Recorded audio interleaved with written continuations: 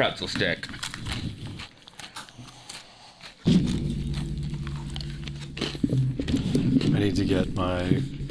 You need to get my pirate booty levels up again. Oh yeah, let me put that in with the production. Those are like my podcasting version of those like Advocare energy gels or whatever. your G Fuel. Yeah. There was when I was working in Redacted back in the day, there was an Advocare like sales rep who dropped off a huge stash of that, and I used it in a few Sunday League games, and it kind of worked. I don't know if it was a placebo, but I've never known pretty up on it. I've never known what Advocare actually is. It's sports that nutrition. kind of shit. Yeah, it's just like and like smoothie mixes and shit like that. Stack. Yeah. Is it like smelling salts? I don't know if it's that. I think it's the more, just kind of like consumer products. Just like, electrolytes, right? Yeah, it's got electrolytes. We should do some powder with smelling electrolytes and putty with electrolytes. Yeah, we should do some smelling salts before our games. I've never done smelling salts before, actually. Yeah, I don't know. Do you even do smelling salts? I don't know. I feel like it doesn't have like a thrill if you're not about to play sport or something. That's the perfect middle ground between like definitely not a drug and a drug. Right. I mean, I feel like it's not a drug, but it's also not a drug. Well, they're ammonia salts, right? Yeah, ammonia's bad for you. Like, yeah. I feel like it just kind of tinges. It like burns the inside of your nose hairs a little bit. Yeah, it just like wakes you up. It just I think it's supposed to be used if you like faint, right? To resuscitate you. I feel like Dax used to do them before he did. a game. I haven't seen anyone. I think a bunch of guys used to, or maybe guys do still. Discredit like the Vapor Rub. I feel like there was a really iconic guy who did the Vieira. Yeah, who had it all over his shirt and shit. Right. Yeah, and that's confirmed to be. I think there's a few guys who do it just like less conspicuously than Vieira did. Was he trying to like fake crying on a movie set with the Vapor Rub? Is that the technique? It's a known theater kid technique to induce tears. Oh really? Yeah. I mean, I didn't realize that Vapor Rub has also just kind of been discredited across the board. It just doesn't work. It's a great placebo. Like, I mean, your sinuses like clear out, right? Yeah. If it doesn't work, it's like it puts you at peace of mind, which is all that matters. Yeah. It's Alex.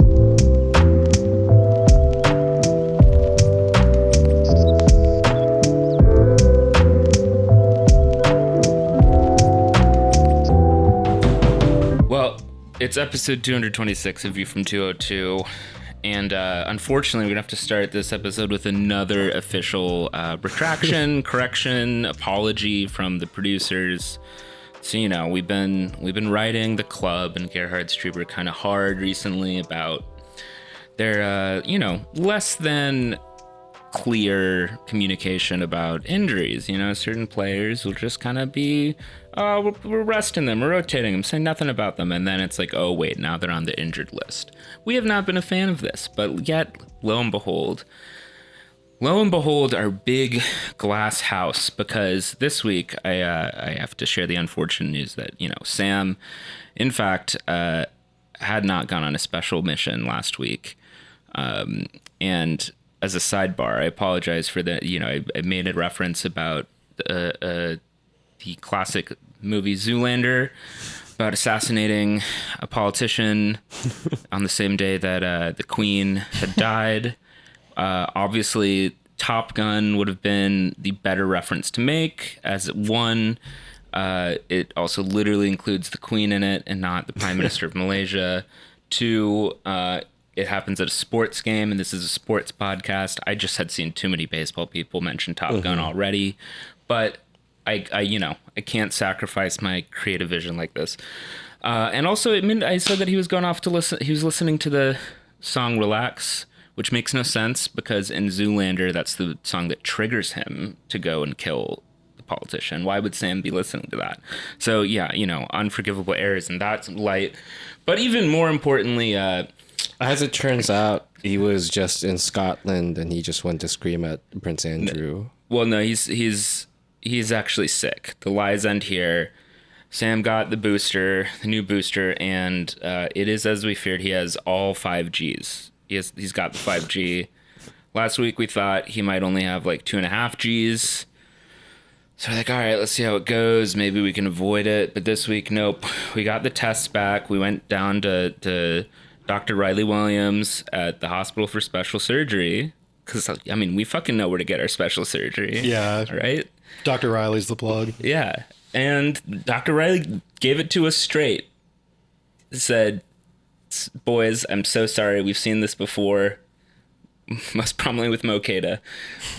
He's got all 5Gs. So Sam is in a tank, healing somewhere in not Hackensack, right? HHS is different than Hackensack? I don't know. Special for the Hospital for Special Surgery. Somewhere in that part of New Jersey. They have, both logos, I think, on the backsplash. The Hackensack University Medical conferences. Center, which, is a high-ranking U.S. News and World Report hospital. Of course. But, not... the Hospital for Special Surgery. Yeah. Right. Who's higher in orthopedic surgeries than the Hackensack University Medical Center was. Yeah. And thanks to the bold vision and leadership of Governor Phil and hashtag NJ Strong, we're continuing to have excellent pharmaceutical and medical industry here. So, is Bayer still one of our sponsors? I don't know. I haven't been around yet. Like when You mean Bayer? Yeah. We're in fucking America. Thank you very much. But I've never gotten free aspirin at a game before, and I'm mad that that has not been a giveaway. It's like they have red aspirin, right? They can give that out at the. Can they just give away aspirin?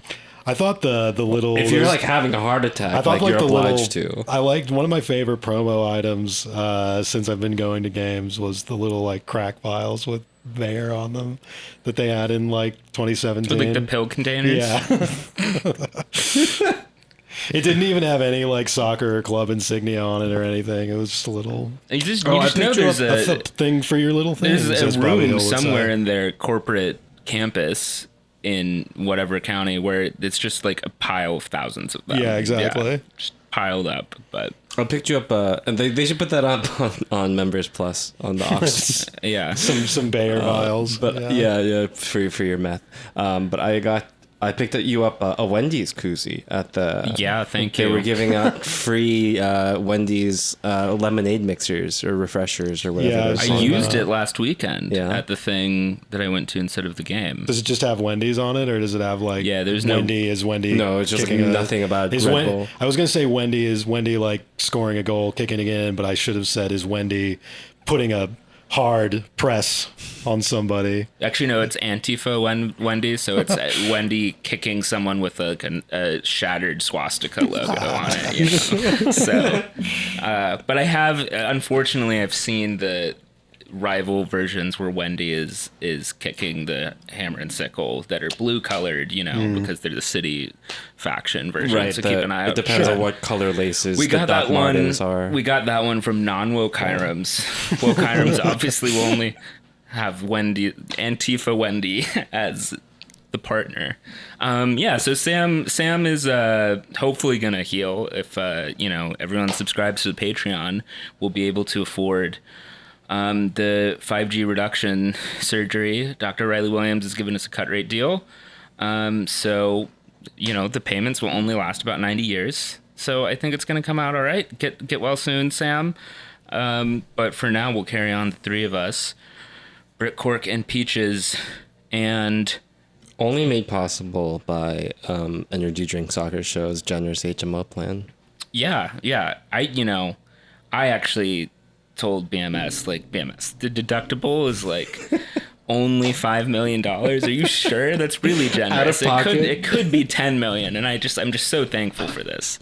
But it's a one game match week. It's a one game episode for us here at View from 202 this week.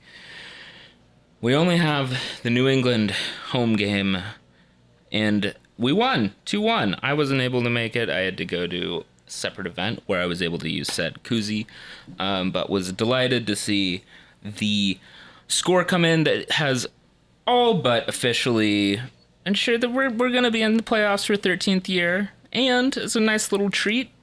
New England probably, almost certainly, is not going to be in the playoffs this year.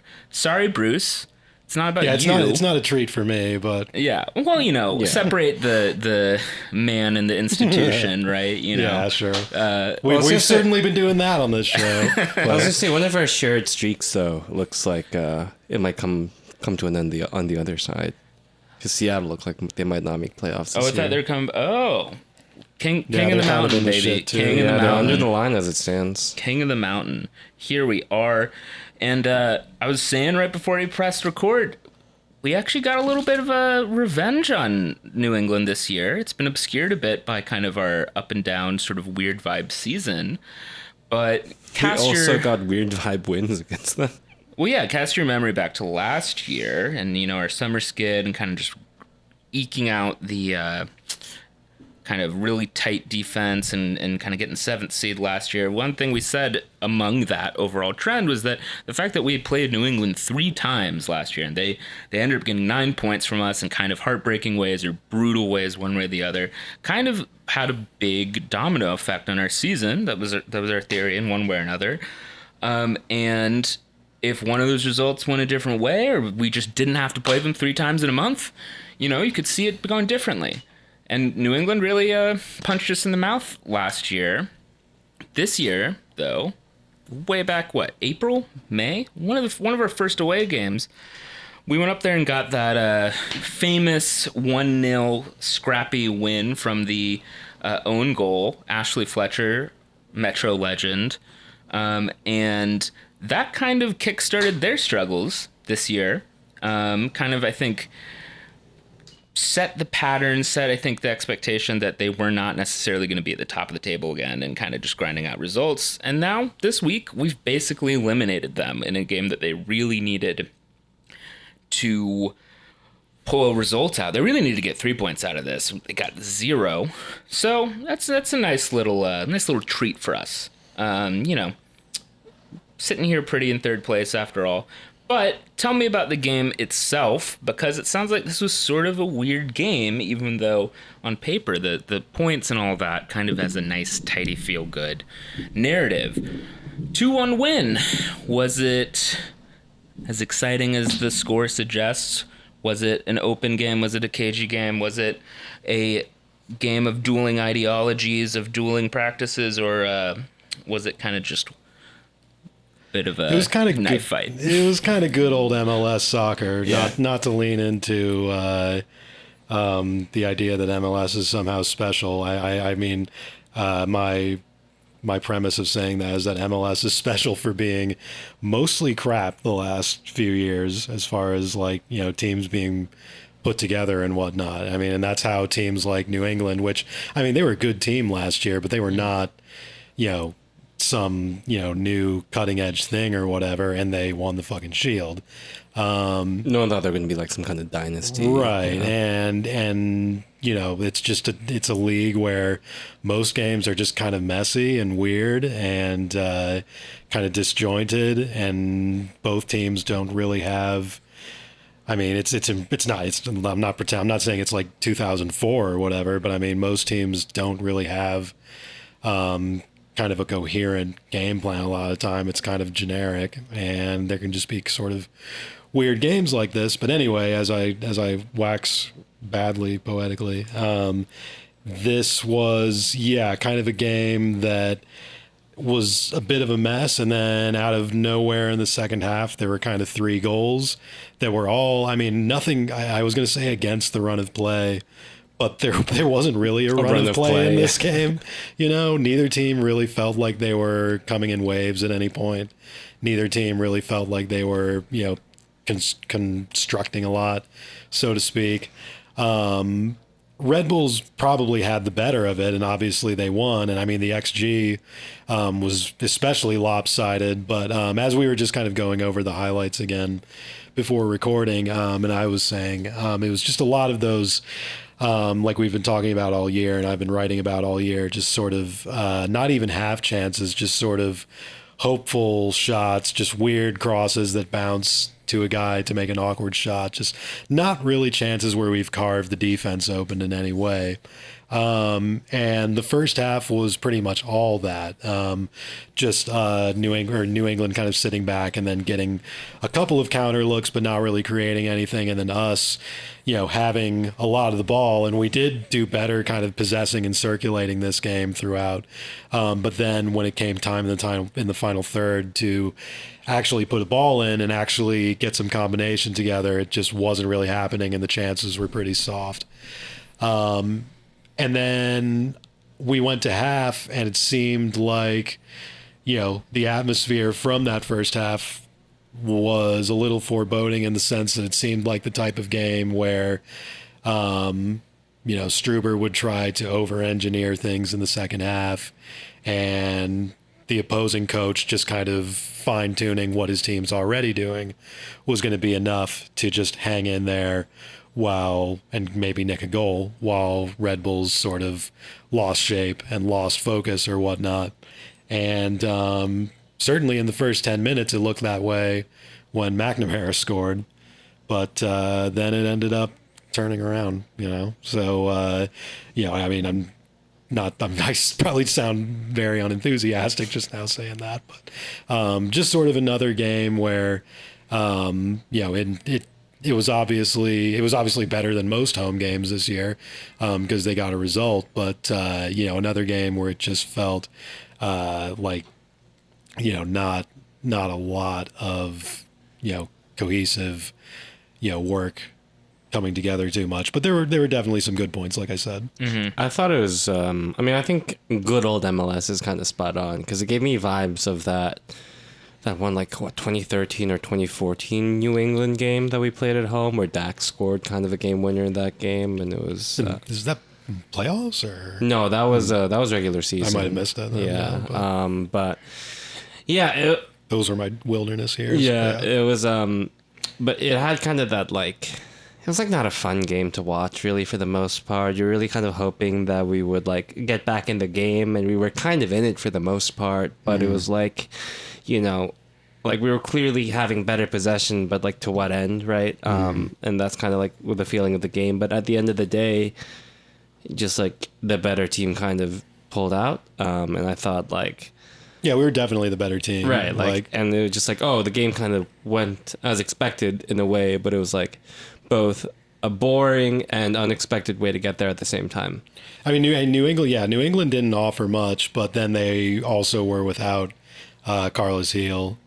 And yeah, even though this was kind of a do or die game for them, just not a whole lot of energy out there. They didn't even really melt down in the second half. We see a lot of teams do at RBA. They just sort of, were kind of, they didn't look like a team that, they didn't look like a team that hated each other or whatever. You definitely see teams like that around this league, but just not a whole lot of spirit, not a whole lot of sense that they deserved to be winning the game and making playoffs. Just sort of resigned to a dud season and sleepwalking through the rest of that half. Yeah, it's funny.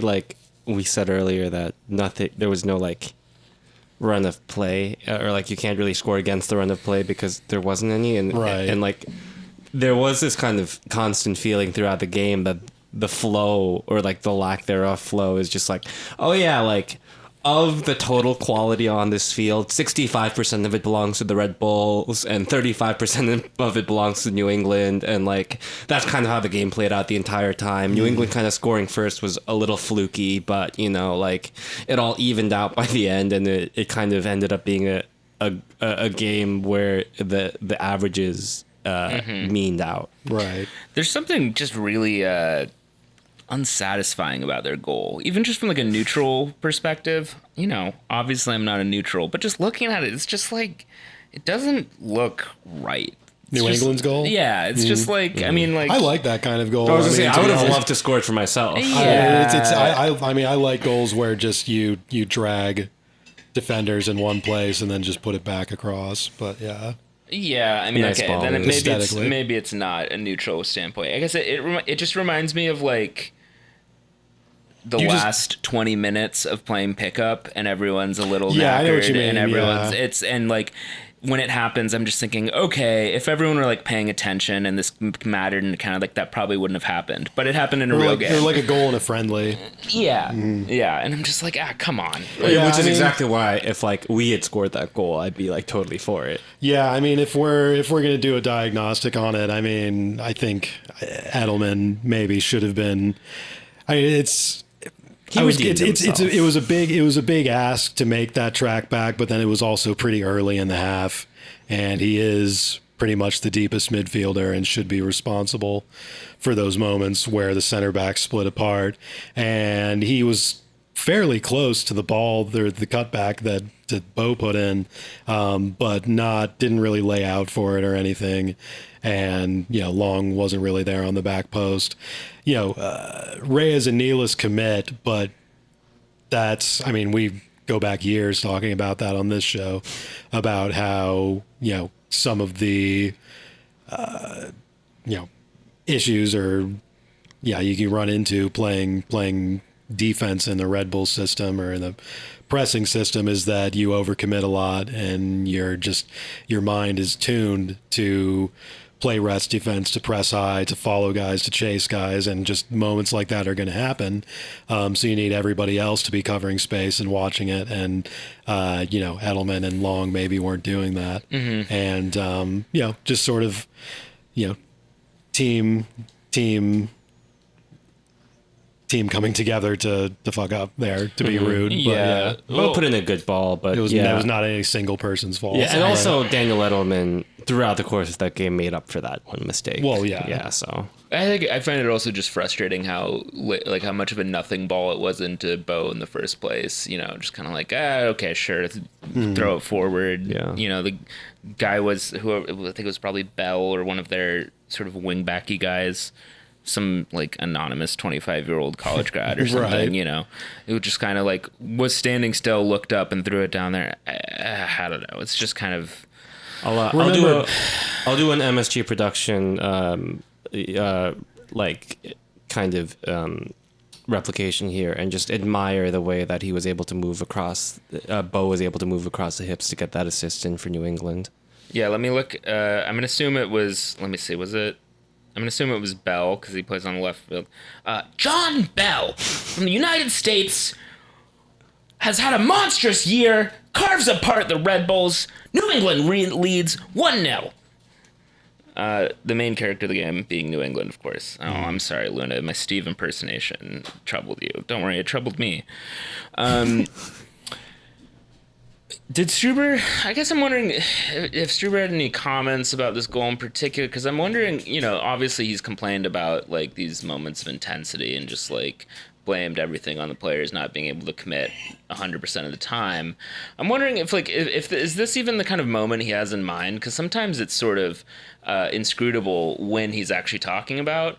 And is this the kind of thing where is he expecting or wanting like Kyle Duncan to be suffocating that initial entry ball? Is he expecting everyone to be like, immediately on everyone there? Or because it looked like some of the players were just kind of like, I think like Duncan was intentionally not, pressing or getting super close or going in on the tackle. Did he say anything along those lines about this kind of goal? I think both he and Long in the press conference both just used the term shifting issue, which that is sort of a pillar of how the team plays defense. I mean, obviously there's the pressing, but going back to last year, one of the things that stuck out to me most as Struber took the team over and started to put his stamp on things was that the back line, whether it was 2 or 3 center backs, was shifting laterally a lot, shifting laterally really hard. Like Long, if Long was playing right center back, he was ending up on the left side of the field when the ball was over there a lot. And, it just seemed like something that, especially last year when the team was getting used to a new coach and a lot of new players, obviously, it was something that you sort of understood was going to be a work in progress, and you could see some of the mechanics of what was going on and what the potential was, certainly, but also what could be ironed out about it, and then Long getting hurt really kind of hurt all of that, and then everybody getting hurt, obviously. I mean, Reyes and Nealis being out for a lot of the summer after that too kind of caused that to be an issue, but then obviously locked it down. They didn't really do much shifting, and they didn't really play as much of an expansive game, obviously, in the second half of last year when they started getting shutouts and ended up sneaking into playoffs. But then this year, I think there's been less of that. There's continued to be less shifting around and less lateral movement on the defense than you were seeing in the early part of last year, like in the diamond system that we keep begging Struber to go back to. I think that part of that not being adhered to and not being kind of being gone for anymore, that system, a big part of that is that the defense is just being a lot more kind of not static, but sort of rigid and in place and not moving side to side as much. And then the goal in New England is a rare instance of that sort of constriction and that those kind of speed breaks on how we want to play defense sort of being bypassed.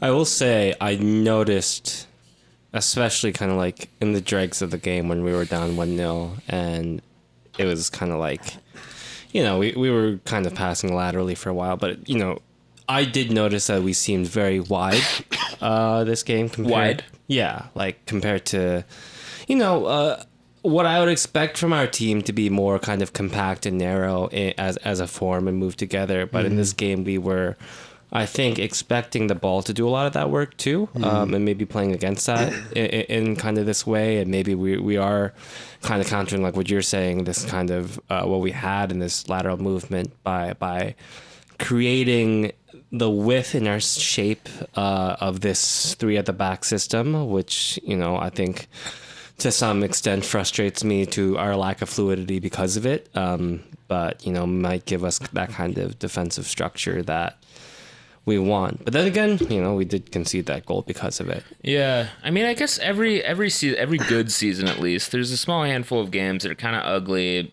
and kind of like this, like what we're saying, where there wasn't really a run of play, but you got out a win. Like, I feel like 2018, there was like a home win against Philadelphia that was extremely like this. Yeah, I mean, it's a cliche, but good teams, the best teams, win games where they play kind of shitty. Right. So, like, maybe the thing about this game is that maybe the game isn't so unusual per se, but it's the fact that it looks identical to like most of our other wins that's weird. Like, there's home less wins especially. Yeah, there's less sense of like having a bar to compare it against and being like, okay, great, we woke up on the wrong side of the bed, but we still got it at a result. Where it's like, I don't know. I feel like it doesn't seem to matter which side of the bed we wake up on. But we come back and we respond with 2 goals. First one is a combination from Cáceres to Manuel, which it's just one of those funny kind of goals where it's like, oh yeah, well, why don't they simply just pass it to the guy and pass it back to him and have him shoot? I would simply do that every time. It's like... So maybe the New England version of our podcast is also saying the same thing about this goal. But it's an opportunity also to ask about... The YouTube comments on the highlights are really funny. What do I say? They're all like New England fans being like, oh, this is the problem with our team. Like, we're giving up cheapos. It really scans that New England fans would be like weirdly active YouTube comment community. Yeah, exactly. Yeah, exactly. Like, that's where they all are. That does make sense. Like, Red Bulls fans are mostly on Twitter. City fans are on Reddit. Like, their subreddit's really big. YouTube chat for New England, but like old school accounts. HTTP forum for DC fans. Like, yeah. 4chan for Philly fans. No, they're on the Chive. Oh, right. Is the Chive even around still? I don't know. But it's an opportunity for me to ask about both Cáceres and Manuel, who I think 2 more interesting characters in the squad recently. One, Cáceres has become sort of a protagonist, playing of the second half of the season, to complete the thought. and he's playing the more advanced role that admittedly earlier in the season I was unconvinced about, and it seems to be working, but I'm still kind of unconvinced about it. I don't know. It's like even his goal didn't seem natural, right? Like he was definitely more of an 6 or an 8 in this game though, because Luquinhas was kind of playing in the hole. Well, that makes me feel better selfishly. Although, I mean, yeah, Edelman was definitely playing that kind of 6 role, I think. And Edelman's definitely the deepest midfielder, no matter where Caceres is, and I think. Which again, like last week, to what we were saying is like I think Edelman kind of unlocks us being able to play a 4 in the back, especially with our mobile center backs now. But you know. Mm-hmm. Well, and I think there was an interesting point that Matt Doyle made in his column where he said, or he just ran the stats, and it showed that RBNY is just attacking through the middle more the last few weeks, and I think Edelman is sort of the key to that. Just having sort of a hub to lay the ball off to, send it to in the middle all the time, who can actually connect with the rest of the team and who can actually play forward passes, has helped. I mean, Edelman isn't the one who played. I mean, it was Caceres who played the ball in and started the combination with Manuel, but that was also the sort of play that's just been happening more the last few weeks because we have Edelman in the team, who it's not to be like he's necessarily better than Amaya or Yearwood or some of the other options, but just a different player. I mean, I think it's a big key to why the team has been able to look so good despite there being a lot of upheaval and inconsistency with the selection in central midfield, is because each of our central midfielders is like pretty different stylistically. Mm-hmm. This sort of reminds me a bit though of how we were talking about Omir Fernandez last year. Now Edelman's younger, and I think his ceiling is still higher because he hasn't sat withering on the vine under Chris Armas for 2 years yet. But like last year we were saying that when we threw Omir into the mix a little bit, and lo and behold, you can combine a little bit in the final third. It was like kind of a bit of a minor revelation, and we started scoring 1, maybe even 2 goals every once in a while. And I was saying, look, I love Omir, but what he does is not that unique. It's not that hard to find players, probably even within our own squad, are just out there to find that role. It's not like we found the perfect jigsaw puzzle piece here to like make it work. This shouldn't have been such like a revelation, you know? I kind of feel that way about Edelman, even though, as I said, I think Edelman's ceiling is much higher and he looks like a real stud.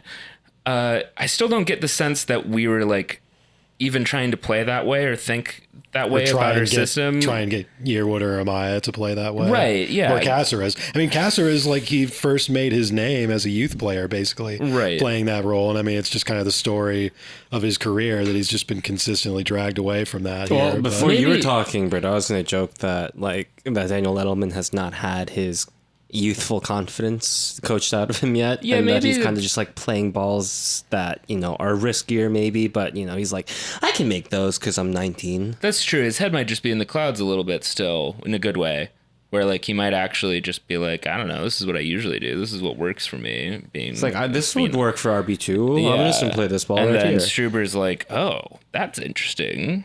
Go on. Whereas like earlier, maybe being a little bit more of seasoned pros means that Drew and Frankie are like, all right, I understand what he's asking me not to do and I won't do it. So they just aren't doing it, so that could be it. But yeah, it's like, I mean, before he went down hurt, Frankie was playing great so far this year, but doing a different sort of thing. Drew was playing alongside Edelman this whole time and also playing well, doing a different thing. But I don't get the sense he's been asked to do that much. Although Drew has, per usual, gotten the treatment of having Struber screaming at him or freaking out or like losing his mind that he's doing something wrong in the middle of the games often. So maybe Struber does think he's been asking Drew to do this, and he hasn't been able to do it. Also, an opportunity to sandwich in here that Drew is our version of Mikhail Gorbachev this week, because right after we recorded, it was announced he's suspended for the rest of the season. So I can finally make the joke that I forgot to make last week, where if contact at viewfrom202.com. If you have any enemies, we'll read their name on air and hopefully nominate. What happens. But there's definitely a monkey's paw aspect going on here. We cannot offer results. The 202 Mikhail Gorbachev of the week operates as it wishes. We don't have control over it. But yeah, I But mean, like, Sally Bakerfield, your time is coming. the it's also interesting because Struber last year and at the beginning of this year was pretty vocal about wanting more out of defensive midfield in the transfer market. Then early, this summer transfer window, he was also vocal about feeling like he wanted more, but it doesn't sound like defensive midfielder was actually one of his areas that he was complaining about this time. And now we're back in a situation where it's like, oh, we've got a new kind of player that seems to be helping us to unlock playing in a new way. But I guess to what you're saying, Peaches, as well. I'm not convinced that that it's not just Edelman like freestyling a bit, and it's sort of accidental. It's strange that after the summer slump was explained away with, oh, the team's too young, I need more veterans or whatever, that the guy who's kind of come into the team and correlated with them turning it around is literally the youngest guy. Right. So I guess I was wondering maybe if Struber is doing a little bit more told you so, but maybe he's developed enough self-awareness to realize that he can't necessarily go back on that now. Right. But well, I mean, Daniel Edelman is a seasoned professional with however many professional games he has under his belt at this point. I mean, he can recognize every light pole in the southern hemisphere. Instantly, yeah. So. But no, Peaches, he does have a lot of canon results with the reserves. So yeah, it's in the record books. It's real. Elias, he got the assist. What was his 61 minutes like? My assessment of him remains the same, that I think he's really good at being aggressive in his positioning, even linking up, obviously to get that goal. His first touch is pretty good at times, but he's young and just doesn't quite have that first league composure yet, I think. I get that sense, but it's okay. We've got old players who don't have first league composure. Sure. Like the guy who substituted in for him. Right. But I like what I've seen. I've seen enough. Sign him. Here we go. Et cetera, et cetera. Do we know if he's got a price? I can't quite remember. I should remember, but it's. I think I've heard 1.5 million quoted from Brazil, well. but from Brazilian press. But I don't know if I'm going that far to say that I'm hitting the green light on it now or already. He definitely looks decent. It's surprising that he was described before he came over as more of a winger, and that he had some struggles converting to more of a center forward role, because he looks pretty schooled in it. He looks like he knows how to position his body and what kind of runs to make and stuff like that. And he's quick. I mean, he maybe doesn't have the 20, 30 yard speed that Klimala does to kind of burn and hit long balls, but those sort of short passes that we're playing more of in the last few weeks, he's got an incredible first step, first burst to kind of get to those. But then he kind of story of any striker's life with this team the last couple of years. He will get the ball in these advanced positions, and then there's not really an obvious thing to do with it. There's not really numbers coming with him. There's not really, he's usually kind of picking it up in a weird, awkward space, and, can't really get anything going. He's had a few looks and carved out a few looks. He had kind of a looped header in the first couple minutes against New England, and then had a kind of like the goals, sort of the shots that Klimala snatches at or tries to create out of nothing when he's not getting much in a game, where he's sort of where Manuel sort of had it on the edge of the box and tried to just sort of step on a defender and curl it, and got pretty close, but not close enough. Then beyond that, it's again, just like any striker, even Barlow, who obviously is, a tier below in technique, these guys still aren't really getting those balls put on a plate. I mean, outside of that moment, where like Cameron Harper came into the team playing right back, and there was that run of games we were getting those cutback balls a lot more often.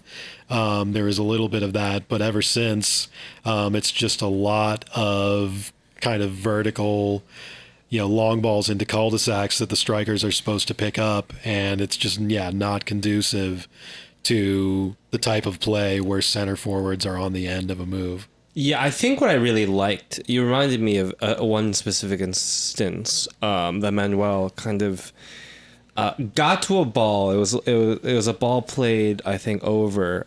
It was in the second half. I don't remember the minute because they were attacking the south forward, and he used his body, but he used timing to get to the ball and beat his defender instead of just kind of like blocking them off maybe, and then I'm getting there. And then I just remember thinking in that instance, like, oh, that was a good instinctual move that he did there. Like he's obviously experienced to like offset someone and then kind of like be able to read that play ahead of time, right? Kind of like playing the chess a little bit, reading the move ahead of the move. And I'm just thinking like, wow, this guy has really good football IQ. And then, like also in that same game, like it contrasts greatly with, like Tom Barlow and Kyle Duncan, who I just like, whenever I watch him play, it's just like, oh, I can see like, you're doing what you're intending to do, but it's just like very low IQ plays. He's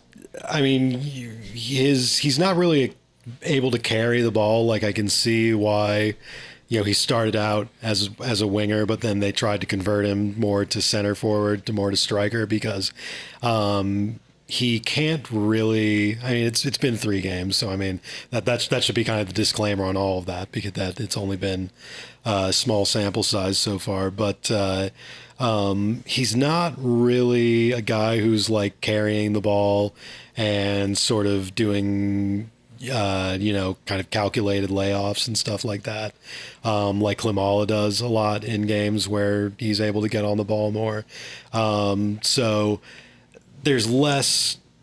It's been, when he gets out on the wing or gathers the ball out wide, he can't really create from there too much, but maybe he shows more of that in the remaining games. We'll see, but he's all right, but I don't know that it's an obvious thing to bring him back yet, but right. I mean, like, who knows what the benchmarks they're looking, or what they're looking to get out of them. I mean, knowing them, they'll probably say that they're looking for something in training more so than even the games.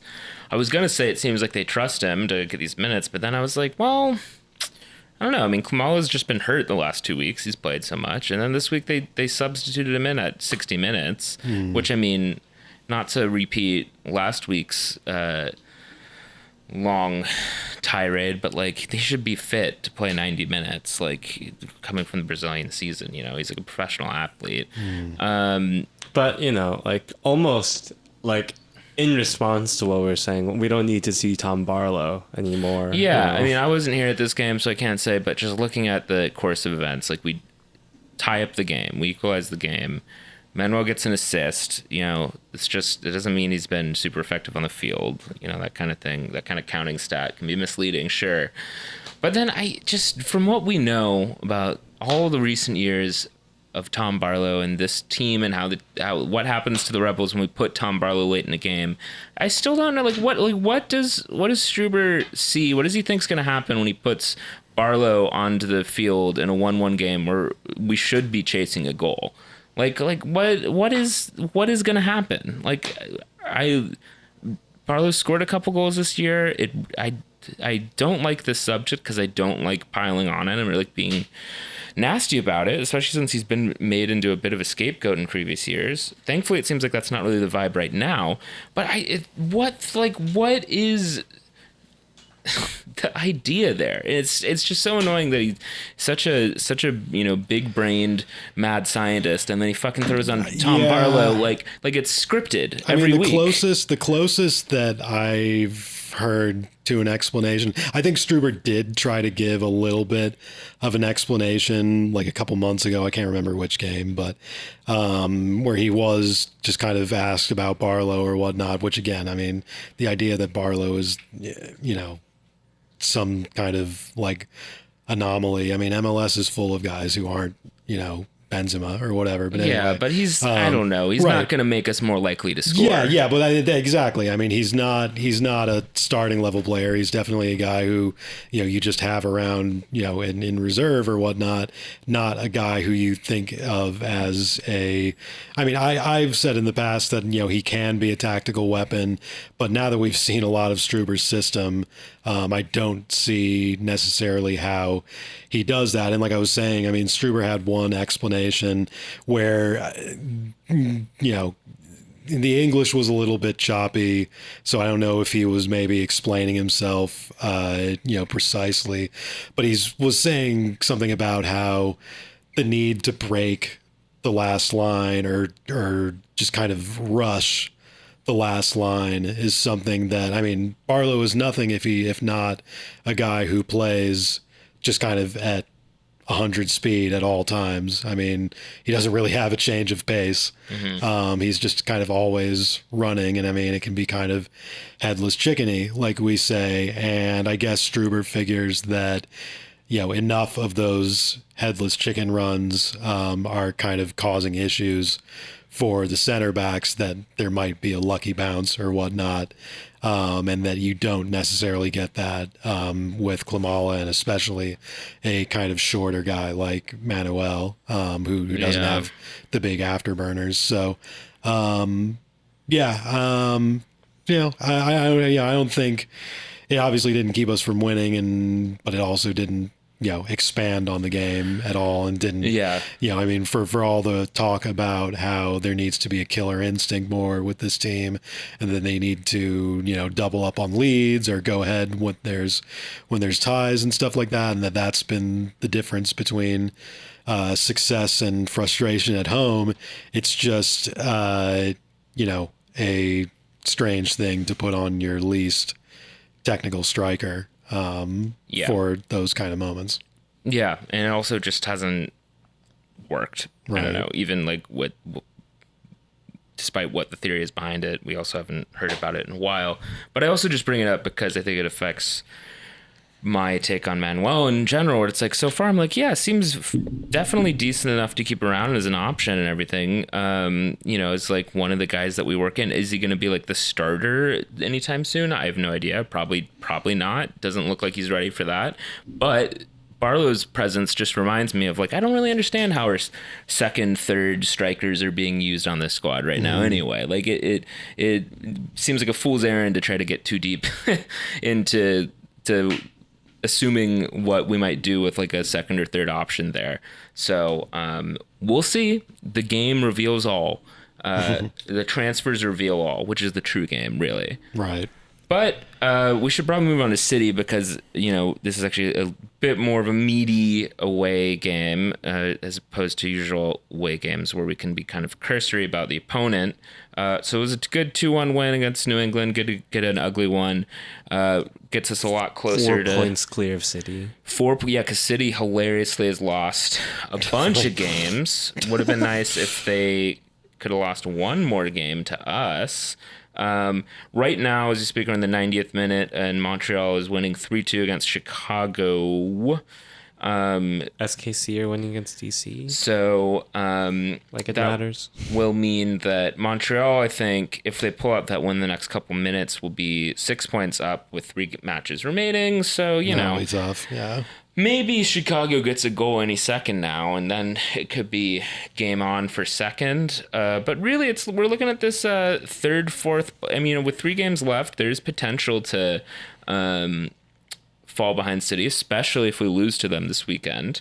But, you know, outside chance at finishing in second too. And also I feel like the slightly more balanced schedule this year is reminded me that, you know, there used to be a bit more of a rhyme or reason or you know, rule of thumb about like what constituted a good MLS season before COVID, which is like 50 points used to be like the common rule of thumb, like that playoff area. 60 points, pretty good season, until, relatively recent history. It was like the benchmark for the record points in a season. But now we got teams hitting above 60 every once in a while, and that's kind of like the next tier, clearly.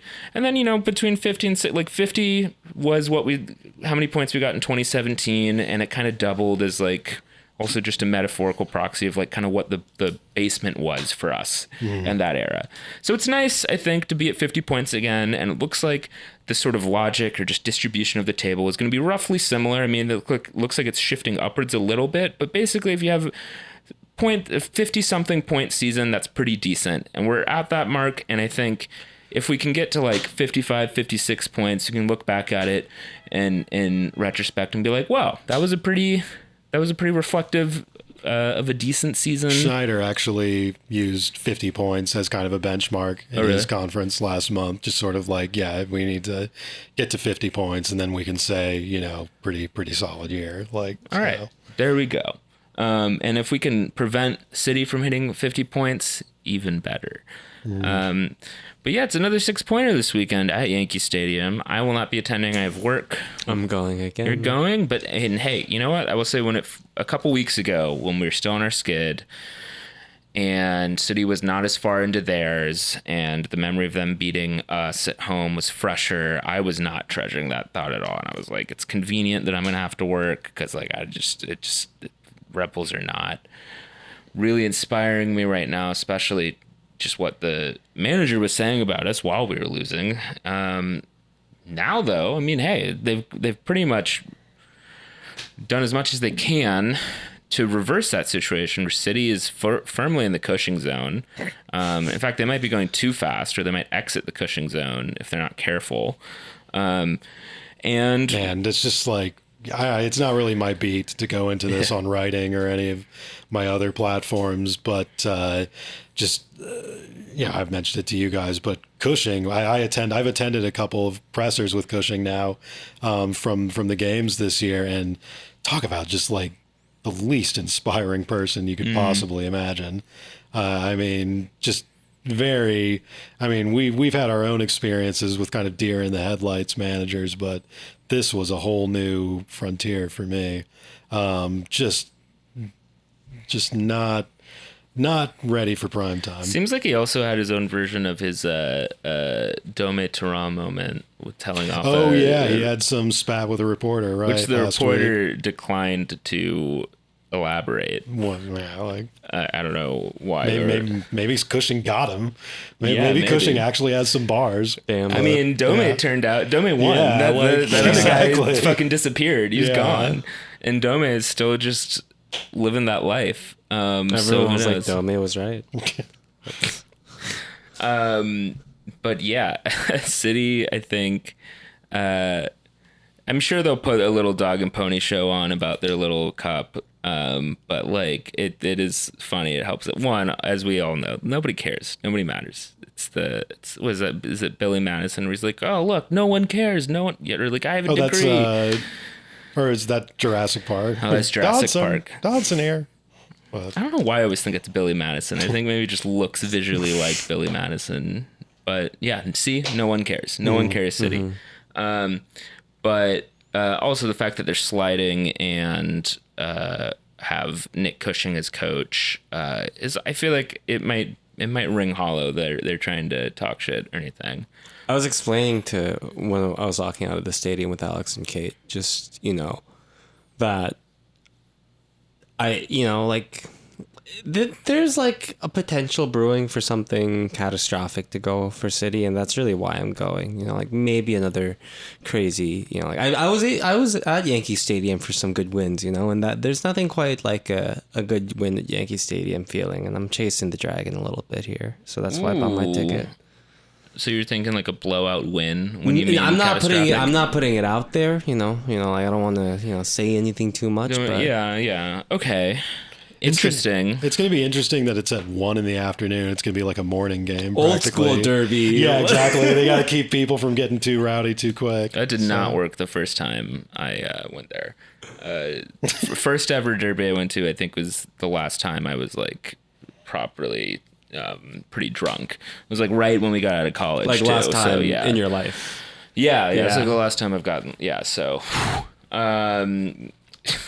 now it does dissuade. I mean, I feel like I barely even drink at games at all anymore.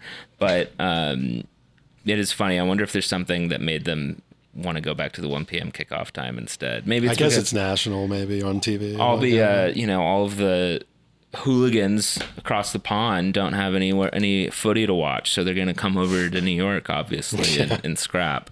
Well, the games are going to be on by next week, right? I think. Yeah, who cares? I don't know. The maybe New York didn't have enough police people because of the Queen, so they had to move her game early. You know. Oh right, yeah. We didn't. Classic, constant shortage of cops here. Not enough constabulatory. I guess I respect that you don't want to jinx it, but I am curious more about what is giving you the vibe here of a potential disaster for City. I mean, like, the things are adding up to like, hey, like, oh, like this could be a team in the locker room that's just kind of like given up too, you know? And I feel like if stuff falls for them there and like we're just kind of like in it, then, you know, like someone turns off, someone turns on, anything can happen. Get a set piece goal here or there. I don't know. I think derby games are always kind of defy that sort of stuff. And I mean, this is a legitimate derby. I think the players on both teams don't really like each other. And even if you're tuning out Cushing or whatnot, Cushing, who, just not to pile on, but when somebody asked him in his press conference what he's supposed to do to prevent his team from melting down in games, he said, "That's not my job." But anyway, was he quoting Gerhard Struber? Yeah, exactly. Anyway, even if you're, kind of burnt out on that guy and just, not really into this season anymore and not really inspired by the project or whatnot, getting tackled a couple times, getting some rough fouls in the first 5-10 minutes of this game will be enough to get guys kind of tuned up. And that's why I didn't want to jinx it too, particularly because derby games like could go, but hopefully it just goes the way it's supposed to. First derby without Tom Edwards in a long time. Well, yeah, I mean, and I think that's an interesting one to bring up because I mean, whatever your sense of Tom Edwards' importance to the team or whatnot, I think Struber himself hinted a little bit at the time that he left that he was a pretty big leader and kind of emotional sort of bellwether for the rest of the team, who kept everybody kind of locked in these sorts of games, whether it was a derby game or like a big cup tie like Orlando. Just not having Edwards on the field in those kind of situations. He obviously isn't the captain or wasn't the captain, but he was definitely sort of a tone setter in those sorts of games, and you need that. I mean, we've talked about that over the years, how with all the weird intangible shit that gets talked about, I think that is sort of a role, sort of a nebulous role, but one that matters, that you need guys who are willing to, not even necessarily throw in tackles, but just, have a presence out there, both sort of, making kind of extravagant plays, making bold decisions with the ball and without the ball. And then also just sort of having a little bit of chippiness and not being afraid to get in the middle of situations when, maybe there's some scrapping going on and stuff like that. And just, having that sort of nerve out there matters in derbies or big games. And I don't know who else out there on the team really gets guys queued up for those situations. Maybe Kasser is a little bit, but a lot of the guys who are left on the team right now are a little bit Tolkien to some extent. Tolkien a little bit, yeah. Tolkien has Or no, some but he's fire. limited by being keeper. Yeah, exactly. Well, and fret not, because I've already come up with a solution. I've hired a private investigator, and I've had him collect all of the numbers of the significant others of every single player on NYCFC's team, and I'll have Hassan Dam just say all of the WAG's phone numbers to the players throughout the course of the game, and hopefully they'll just get angry enough. They're not going to know their own wives and girlfriends' It's numbers. 2022. Yeah. They're like, Oh no, this plan has fallen by being Yeah. 20 years too late. Oh. Can't believe you, of all people, would make this error. Okay, I got all their Snapchat handles. Okay, there you I got go. all their mistresses' Snapchat handles. Oh, that's Yeah, that's exactly. Good. That's how we'll right. do it, yeah. Perfect. Yeah. I guess I'm also optimistic by the fact that the first 45 minutes of the last derby, we had them fucking dead to rights. Struber got them exactly right. Cushing was trying to do wanky passing around the back, and we had them pinned down, and we were not clinical in the final third, but we had it totally down. And then it was just part of that week where the same thing happened in Orlando, where we just collapsed, and he made that change in the second half, and everyone seemed to go ambivalent. That is still one of the weirder games for me of this year, where we substituted actually only one player, but it felt like the entire team turned off. It was bizarre.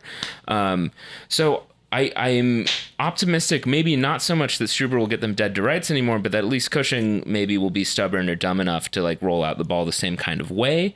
And maybe the smaller field actually will be even better for us there in trying to chop down on them. And there's definitely the seeds here for us to beat them. I mean, kind of similar theme as we've been saying throughout the rest of the season, though. It's just is it gonna matter? Is now the time that the Red Bulls are expected to win, or is it the future, Gerhard? Here's the big thing that actually gave me hope was that it's an away game. Well, yeah. And Struber did guarantee a win. Did he? Yeah. He said All right. crystal clear that we will win. So On this job. I mean, maybe actually, one of the things I've gotten on Struber for a little bit is that he just has a little bit too much respect for rando MLS shit like Cincinnati.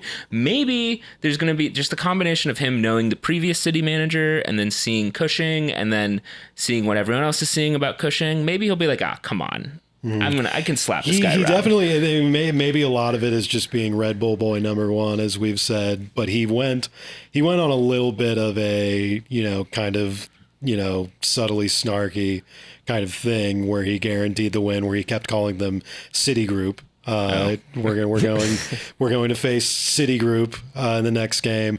But part of that, I think part of that was him taunting them, but also him very, very literally saying that it's a battle between Red Bull Group and Citigroup. Wow. That it's a battle between who has the best project going right now. But I mean, that's obviously kind of weird and awkward, but I think it is a genuine thing that Struber genuinely hates City and the way they play and wants to wreck them. So I think All we're right, just Gerhard, not on I'm the coming around on LinkedIn you. circuit enough, because I took that to mean he's resume padding right now. He's it's like when I worked on a Brisk campaign, so I say I worked on the PepsiCo campaign, So he's I played against Citigroup. yeah, exactly. Oh, right. Yeah.